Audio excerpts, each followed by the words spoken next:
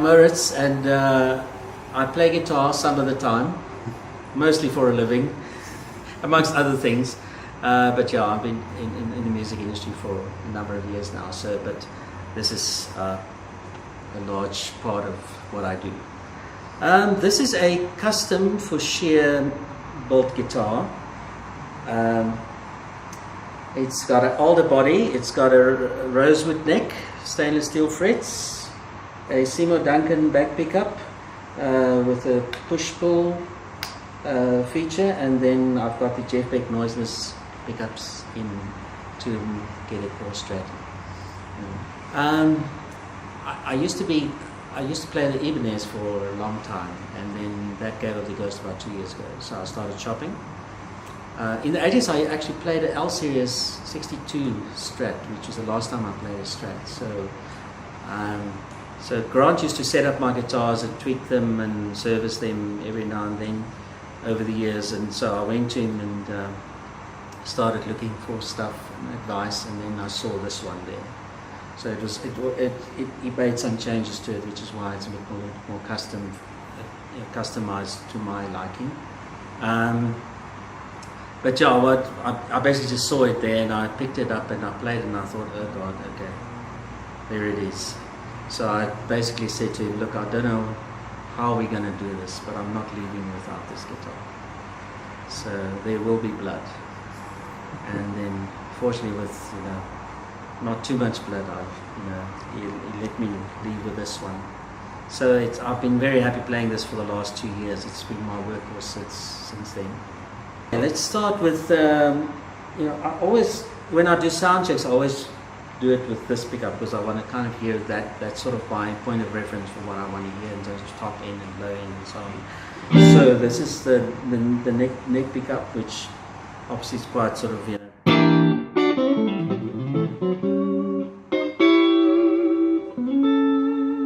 of more gentle stuff.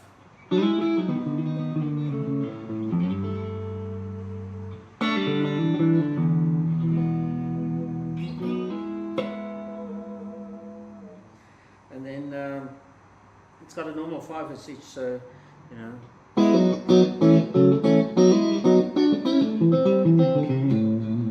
got more stratty there. This is more sort of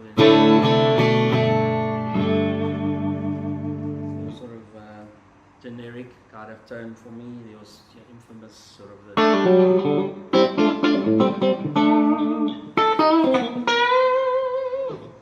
and then the back pickup, which has got a bit more oomph to it. I use this, obviously it's clean sound for now, so I'll kick in the pedals just now, so I'll kind of go for, this is what I obviously use for more country sort of playing.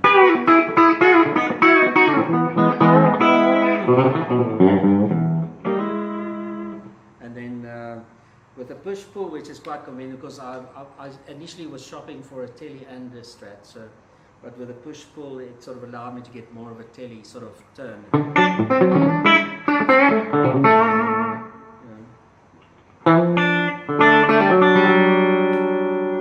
Just get that going there. Now it's kicked in, sorry, I didn't pull it down enough there. There it is. It's more sort of to your telly train.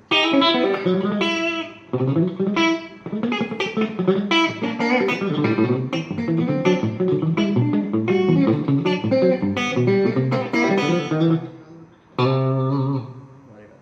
So I quite like that for funky stuff, and sort of also the country thing, which I love country guitar, so I like playing it.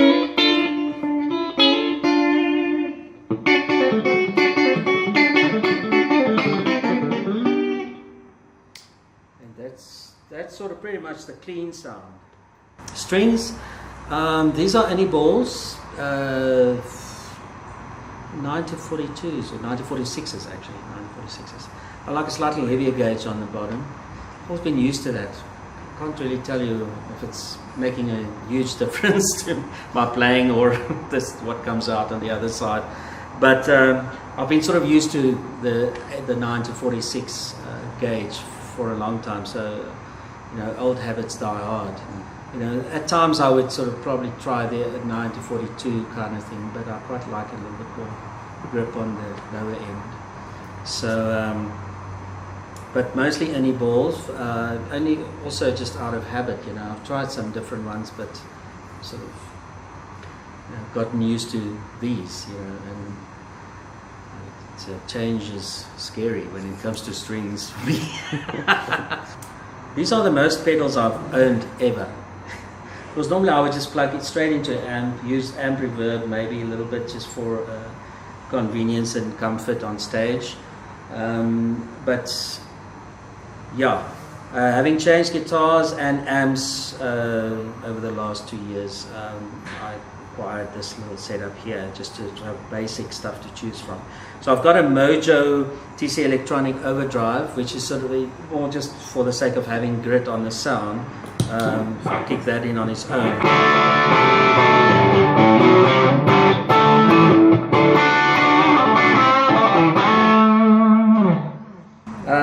It's sort of got a nice chunky sound for me, without being too fuzzy or, you know.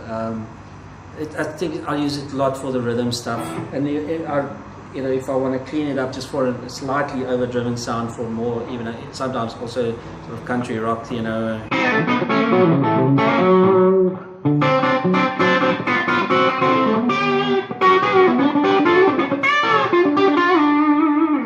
So when I roll down the volume, I can clean it up a little bit, which is also nice for just to have enough grip without it being an actual clean sound.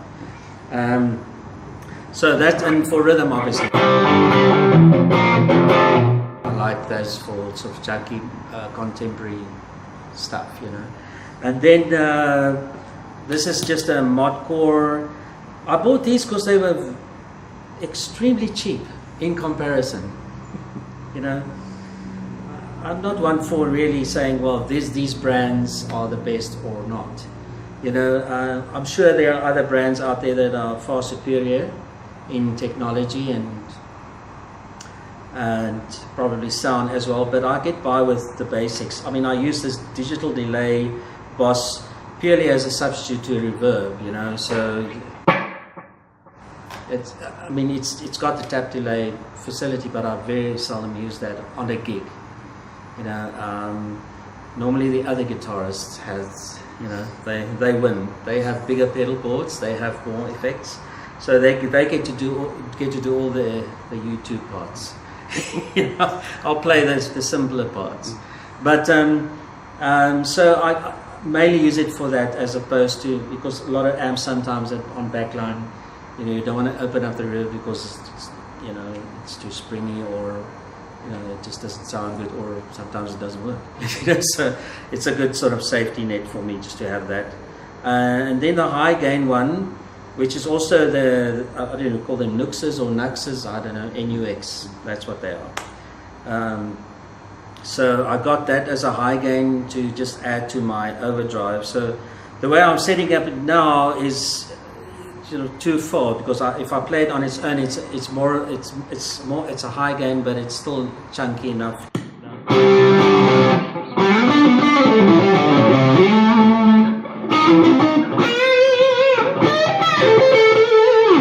Back pick up with the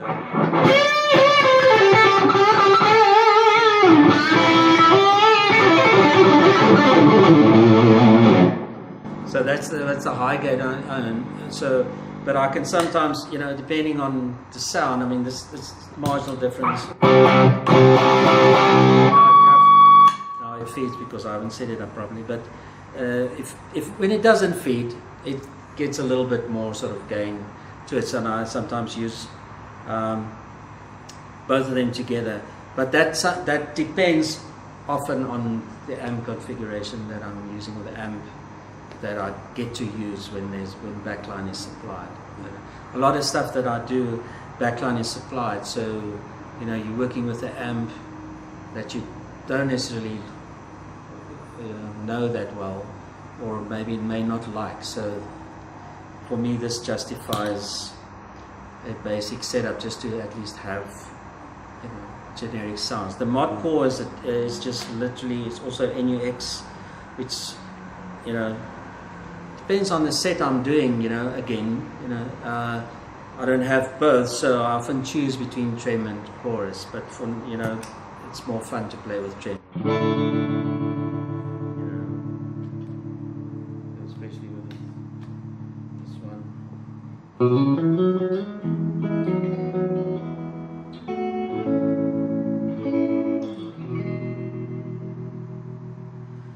So that's just for the fun of it, and if a song in particular wants that. And then I just have a snark tuner. I've always loved Gretsch's. I've always wanted one. So, but I could, never really afford the American-made ones. So, but they have a lot of personality in their sound, and I love hollow body guitars. So, when I got the Fouché, I thought, well, it might as well be as good as time as any to finally get one for myself. So I got myself the Korean, Gretsch, but it serves me well.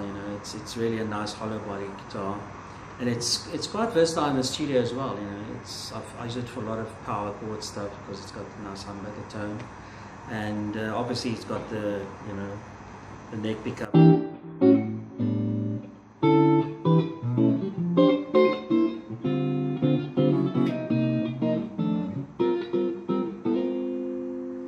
So for those kind of the jazzy type stuff, I really enjoy it, and it looks cool. It's got a nice it's a nice color. My favorite color, this one. So yeah. So I mean, obviously, I think I use it more in studio than live, unless I'm doing kind of a jazzy type gig or a gig that doesn't really require a lot of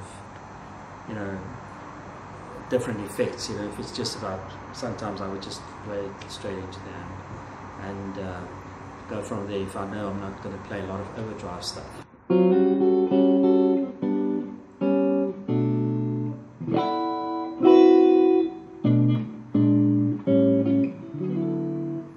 got a bit of warm sort of sound. These ones are actually, they 10s, they're not 9s, because I find that the 9s were a bit too lightweight for this one. It's not as stable, tuning as the Fouché, unfortunately. So it's it's just one notch up in terms of heavier gauge strings. So there's a little bit more tension on the neck, and then I can sort of get away with playing a few songs without having to retune. So yeah. But it's mostly the same sort of brand that I use. Either be Ernie or Diodaro's on electrics. Yeah, I think this is probably the only tailor in the world that I know of that has had 2 severe accidents. It's taken a lot of bashing and bruising over the years. It's a 514. I use the 11s, elixirs, as they say. So yeah, and I trust those strings quite a lot. So, and with the Fishman pickup, I got it in 1999, and it's served me well up till now. Even throughout, it went through the war and all that, through many, things. This is the sort of latest very bad injury it's had. A couple of months ago at a gig, walked into a couch, and there it was, blind spots, unfortunately. But somehow, miraculously it still works. There are no major rattles and things. Somehow the bracing still holds and everything. So, I'm very grateful for that. But I guess sometime in the not too distant future, I hope not, but it's probably just going to disintegrate. It's just going to implode or something. It's like I'm just going to be playing and then suddenly it just falls apart. I don't know. But it's really, it's a well-balanced guitar. It records extremely well. And I think the fact that I've had it for so long, obviously the wood has matured tremendously. So, I mean, it's, for me, irreplaceable at the moment. Until such time, I probably would have to get something else. But for now, this has been my favorite and the best acoustic guitar I've ever owned, by far. It's got a very balanced sort of,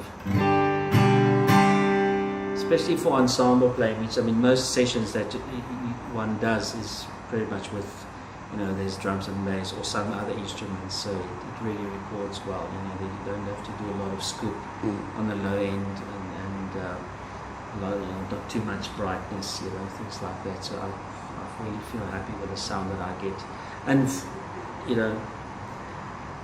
kudos to the Fishman pickups that came out with these pickups, which I'm really a fan of. I think the LR Baggs pickups were also quite cool, which I heard on some other guitars, but other than that I haven't really come across any other acoustic guitar pickup that's really as good as this one. I played a little bit of the mic sort of preset in here. I've rolled up a fair amount of I mean it's pretty flat actually.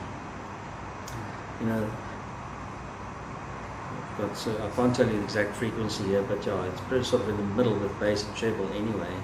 And then with sort of loud frequency or quiet or notch, whatever. It's like whatever your ear tells you, I guess. So I can't tell you exactly which frequency I've cut or whatever, but somehow I plug this in and just on any gig and it just sounds. Very seldom EQ is needed.